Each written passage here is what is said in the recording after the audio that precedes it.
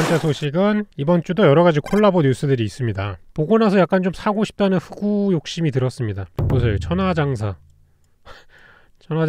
침구류 세트인데요. 이불은 잘 모르겠어. 이불은 잘 모르겠는데 이게 있습니다. 이거는 좀 괜찮다.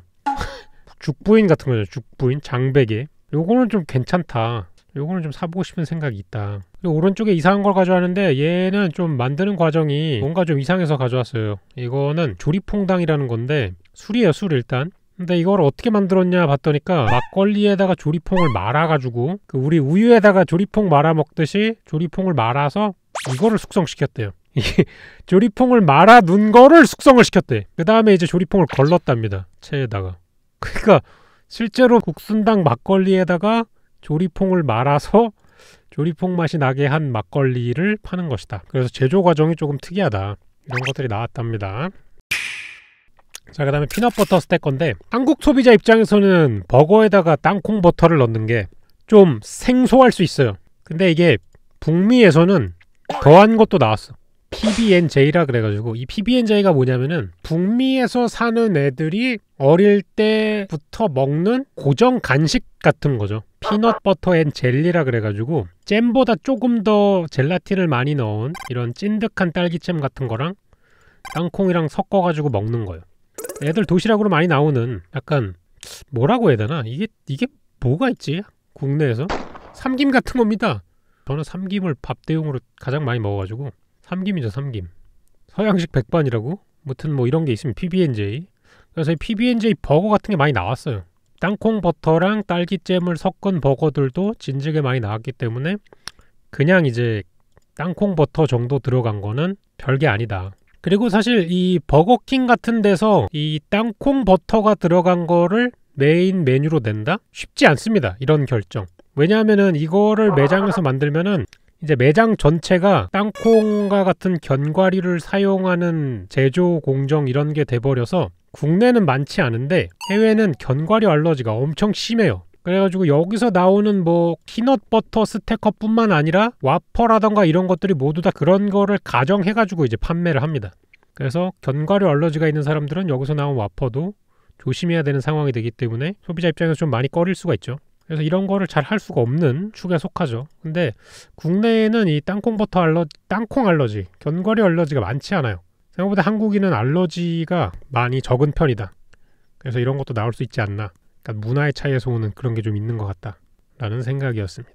다른 버거들도 있는데 KFC에서 뭐 징거버거 리턴해가지고 왔다는데 KFC는 이게 중요한 게 아니죠. 지금 KFC는 프랜차이즈 최초 평일 휴무 제도가 도입이 됐습니다. 뭐 전 영업장이 들어간 게 아니라 일부 영업장에 들어갔는데 일부 영업장이 수요일 목요일 영업을 안 해요. 그러니까 프랜차이즈 역사상 평일날 이렇게 휴무를 때려버린 데는 국내 최초라고 합니다. 국내 최초라서 뉴스가 몇 개 뜬 게 있어요.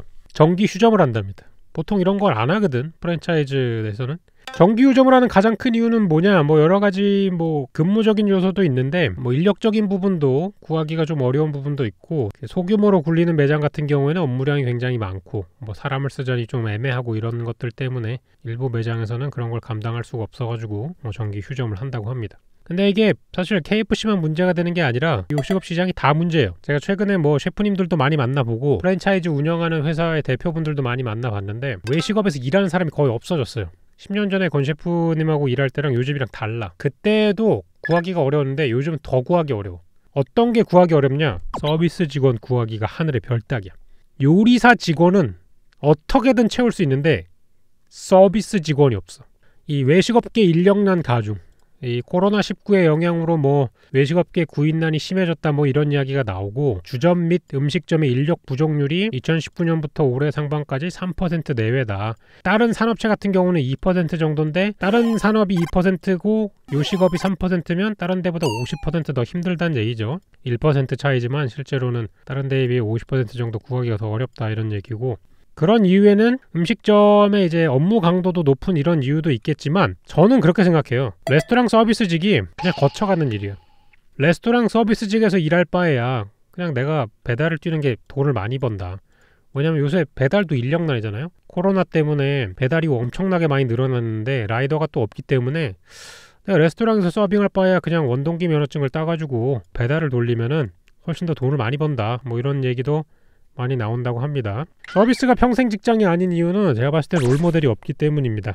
이건 매우 중요한 문제인데, 서비스가 호황일 때가 언제였는지 아세요? 예전에 드라마 중에 호텔리어라는 드라마가 있습니다. 호텔리어라는 드라마가 나왔을 때를 제외하고는 서비스가 호황이었던 적이 없어요. 요리사들 같은 경우에는 스타 셰프란 게 있잖아요. 방송가에 나가가지고 활동을 하는 잘 나간 케이스가 있거든. 근데 서비스 업계는 잘 나가서 대표적인 케이스가 없어. 그게 제일 큰 문제야. 이게 어떤 업계에서 뭔가 추앙받고 존중받는 사람이 없다라는 거는 그 업계가 굉장히 죽어있다라는 얘기예요. 그래서 요리사가 서비스보다 많은 이유는, 요리사는 잘 풀렸을 때 스타 셰프라는 명확한 케이스가 있지만 서비스 업계 같은 경우에는 어떤 유명한 지배인 뭐 이런 거 들어본 적 있어요? 없잖아요. 그런 게 존재하지 않기 때문에 이 레스토랑에서 일하는 것 자체가 커리어가 되질 않아요. 그래서 내가 레스토랑에서 뼈 빠지게 서빙하고 이래봐야 명확한 롤모델 또는 이런 사회적인 위상을 얻을 수가 없어서 지역 가치가 많이 떨어져 있다고 생각해요. 서비스직이. 그래서 하는 사람도 많이 없어졌다고 생각을 하고, 그래서 이 인식에 대한 거는 개선이 안 될 것 같아요. 왜냐하면은 서비스직이 잘 나가서 방송가에 뭔가 걸출한 인물이 나오지 않는 이상 개선이 어렵다고 본다. 차라리 로봇을 쓰는 게 더 좋겠다. 저도 사실 로봇을 써야 되나 뭐 이런 생각을 하긴 합니다. 제로 탄산을 미치도록 먹는 저에게 아주 그냥 좋은 뉴스다. 사실 한 5년 전만 해도 국내에 제로 음료는 딱 2개밖에 없었어요. 코카콜라 제로, 나랑드 말곤 없었어. 그때는 칠성사이다 제로 없었고 노노 아무것도 없었어. 진짜 그냥 코카콜라 제로, 나랑드 끝이었어. 근데 최근에 그 펩시가 나오고 칠성사이다 제로가 나오고 핫해지고 스프라이트 제로도 나오고 제로 음료 시장이 굉장히 커졌거든요. 저희 매장도 이제 제로 음료를 팔고 있지 않습니까? 왜냐하면 저는 예전부터 식당에 가서 음료수를 시킬 때 제로가 없으면 너무 열받던 부류였기 때문에 내 식당에 오는 사람만큼은 제로 스프라이트와 제로 코크를 먹을 수 있게 해야 된다. 왜냐하면 내가 와서 없으면 열받기 때문에. 이건 고객의 니즈가 아니야. 나의 의지야. 그래서 제가 맨 처음에 우리 매니저님들하고 얘기할 때, 아니 대표님 제로 콜라 제로 스프라이트를 누가 시켜요? 이러더라고 우리 매니저님이. 왜냐하면 요식업계에서는 제로 콜라랑 제로 스프라이트 이런 거를 취급하는 게 약간 금기시되어 있었어. 그래서 매니저님이 되게 이상하게 쳐다봤거든. 우리 지금 뭐가 더 많이 팔리는 줄 알아요? 제로가 훨씬 더 많이 팔려요. 오리지널이 거의 안 팔립니다. 그래서 매니저님이 깜짝 놀란 거야. 아니 뭐지? 제로를 시키는 사람이 이렇게 많다고? 그죠? 소비자들은 먹고 싶어 했으나 이 요식업에서 그냥 지레짐작하게 해가지고 뭐 이거 먹겠어? 라고 생각한 거야. 없어서 못 시킨 거지. 먹고 싶지 않았던 게 아니거든. 나는 이 제로 시장이 아직도 크게 나갈 거라고 생각합니다. 왜냐하면 이 탄산음료나 청량음료에서 섭취하는 설탕의 양이 많아요. 되게 많아요. 근데 이거 안 먹으면 좋다고. 제로로 먹으면. 물론 이제 안에 들어가는 아스파탐이 어떻게 될지 몰라요. 아스파탐에 대한 연구는 제발 제가 죽고 난 다음에 완성이 됐으면 좋겠습니다. 왜냐하면 이제 지금 한창 먹었는데 괜히 그런 게 나오면 속상하단 말이야. 요점으로 다시 돌아가서 롯데 칠성 음료 같은 경우에는 이걸로 재미를 봤기 때문에 다른 음료들도 계속 내려고 한답니다. 탐스라던가. 탐스 같은 경우는 뭐 환타 같은 거에 제로 버전이라고 보시면 될 것 같고요. 저는 가장 기대되는 게 밀키스 제로입니다. 밀키스를 어떻게 제로로 만들 수 있지? 밀키스는 우유가 들어가는 거 아니었어? 밀키스를 되게 좋아하지만 밀키스 암바사 이런 걸 못 먹는 이유는 제로 칼로리 버전이 없었기 때문이거든요. 심지어 이 밀키스 같은 경우는 외국에도 없어. 암바사는 외국에 있거든요. 근데 암바사 제로가 없어 외국에는. 근데 이거 어떻게 만들 수 있다는 거지? 그래서 너무 궁금합니다. 외국엔 종류가 되게 많아요. 제로 탄산이. 뭐 환타 제로 진작에 있었어요. 이거 언제 있었냐? 15년 전에 있었어요. 15년 전에. 여기 뭐 멜로 옐로라고 보이는 거는 마운틴듀 대항마로 나온 겁니다. 마운틴듀도 제로가 있어요. 뭐 이런 것들 다 있어요. 레드불 제로야 뭐 많이 먹었고 몬스터 제로야 뭐 많이 먹었고. 그래서 이런 것들이 지금 개발이 되고 있는데 제로 칼로리를 좋아하는 저 같은 사람들에게는 굉장히 호재다. 제로 음료로 인해 가지고 영업이익이 약간 2배를 뛰었다 그래요.